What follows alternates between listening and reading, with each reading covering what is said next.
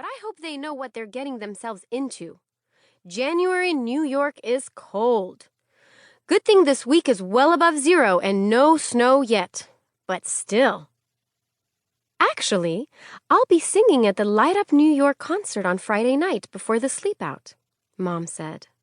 And so will the girls. We hear it's a beautiful event. Everyone streams into Times Square, candles lit, lighting up the surrounding streets. Last year, in the months after the event, hundreds of homeless teens transitioned off the streets. I'll sing you our song, Lulu announced and launched into it, filling the cab with her voice. After an ear-splitting chorus and a verse, the cabbie's radio crackled to life. Quiet now, Lulu, Mom said. We need to make sure the driver can hear his radio. Ha, the cab driver said, eyeing Mom in the rearview mirror. Mia could tell he wanted to ask Mom who exactly she was, but he left it alone. Dad winked at Mom and laced his fingers through hers, whispering, "Muckety-muck." Mia rolled the phrase around in her mind, wishing she could ask Miss Julia where it came from. Even though Mom was a muckety-muck, whatever that meant exactly, thankfully she wasn't going to sleep on the streets. Dad and the event organizers had decided Mom should sleep indoors to protect her voice, and that meant the girls wouldn't sleep outside either. Mia hoped she'd be bold enough to take part in a sleep out when she was older, even though sleeping on the streets didn't sound one bit comfortable.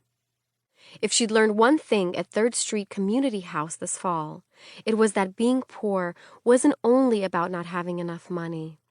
One of the worst parts of being poor was feeling less than others and separated from everyone else.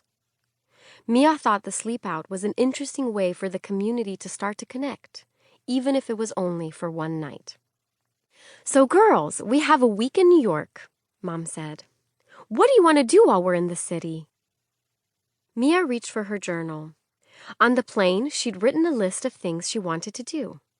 For the past few weeks, she'd been reading up on New York City and all there was to do there. But before Mia could even find the right page, Lulu threw both her arms into the air. Ice skate, Lulu shouted. Didn't you say we could ice skate outside? Mia blew out a sigh. Of course Lulu would want to ice skate. Lulu could skate rings around both her sisters, but especially Mia. Maddie was a pretty good skater too. It was all Mia could do to stay on her feet while her skates slipped and slid on the ice. Mia wrote a list on the plane. Maddie tapped Mia's half-open journal. You had a lot of good ideas. What sounds fun to you, Mia? Mom asked. Mia finished flipping through the pages until she found the list. Well, I read that the library isn't like ordinary libraries, she said. There's art on display, which Maddie would like, and books, of course, and a map room. She ran her finger down her list. And there's the Met, where Claudia and her brother Jamie hid out and solved a mystery in From the Mixed-Up Files of Mrs. Basil E. Frankweiler. And they took a bath in the fountain and collected pennies. Who did that? Lulu asked. They're characters in a book I read. It's by E.L. Königsberg, Mia explained. Oh! Lulu grabbed hold of Mia and Maddie, so excited that her fingers dug into their arms. That's what we should do. Solve a mystery. Hold it. Dad turned to give them a serious look, but they could all see the smile under it. I think we've had more than our share of mysteries for the year. You can say that again, Mom agreed. Okay, so the library and the Metropolitan Museum of Art. And ice skating, Lulu said. And the Statue of Liberty, Maddie said. And I want to find the perfect cup of coffee, Dad said. And eat some famous New York pizza. Pizza, Lulu echoed.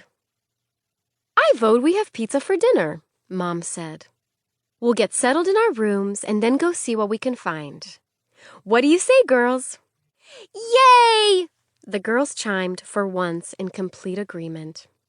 Here's your hotel, the cab driver said, pulling up to the curb and turning off the engine. Welcome to the Grand Hyatt, ladies and gentlemen.